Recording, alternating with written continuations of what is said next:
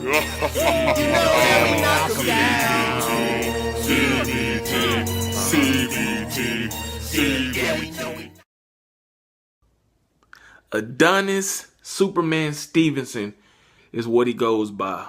But a lot of people in the boxing community like to call him Adonis Chickenson Stevenson.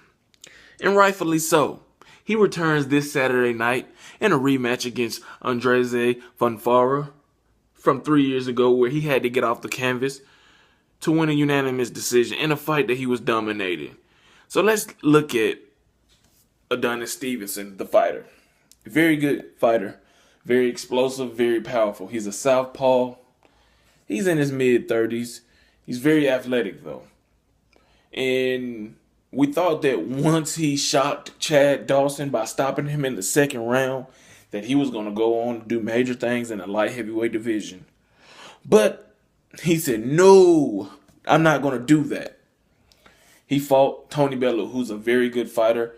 Has since that knockout loss to Adonis Stevenson via 6-round TKO, he's moved up to cruiserweight, fought BJ Flores, defended his title, fought a hated rival in David Haye, knocked him out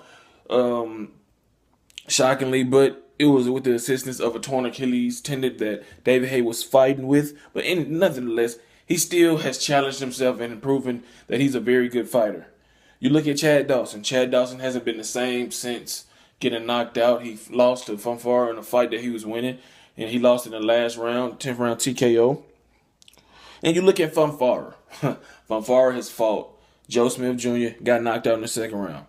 He's fought Julio Cesar Chavez Jr., knocked him down, got a TKO victory.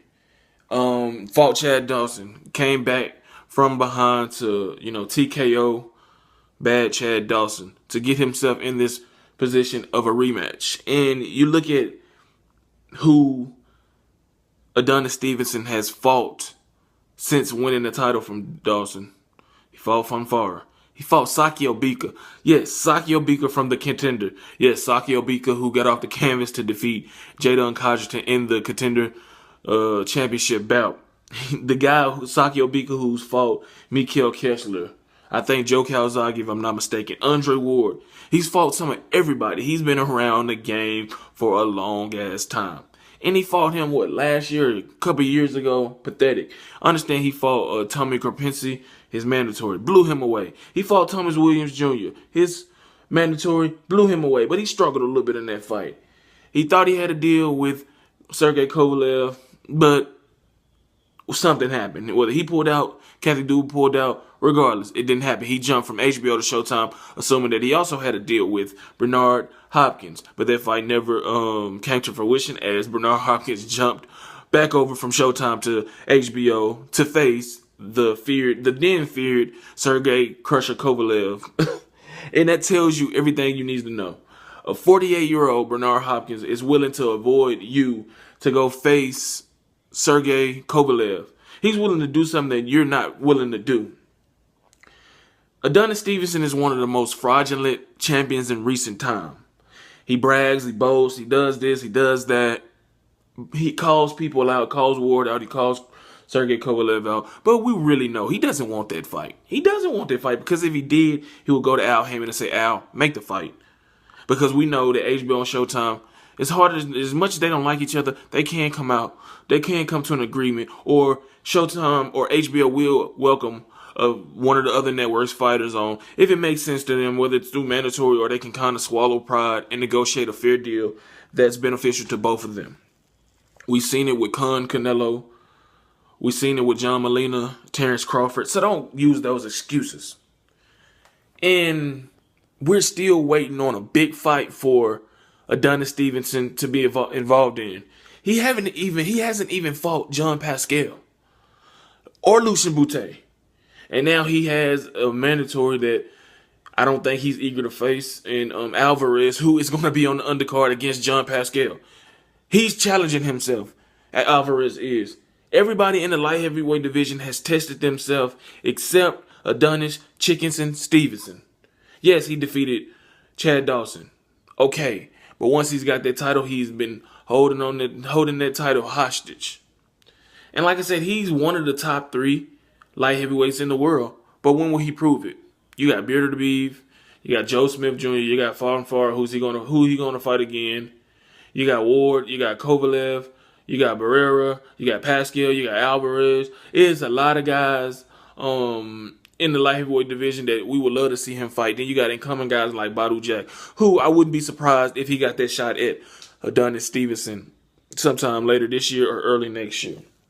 But let's go to this quick breakdown prediction of this weekend's light heavyweight championship bout. And technically, Adonis Stevenson is the light heavyweight champion of the world. He holds the ringside belt, the lineal belt, in the WBC light heavyweight championship. But anyway, on to this prediction. I think that as much as I would love Fonfara to win, I just don't think that he's going to do it. He said he's improved. He's the taller guy. He has the longer reach, but he's not the faster guy. He's not the better guy. But he is being trained by Virgil Hunter, and Virgil Hunter is one of the best trainers in the game.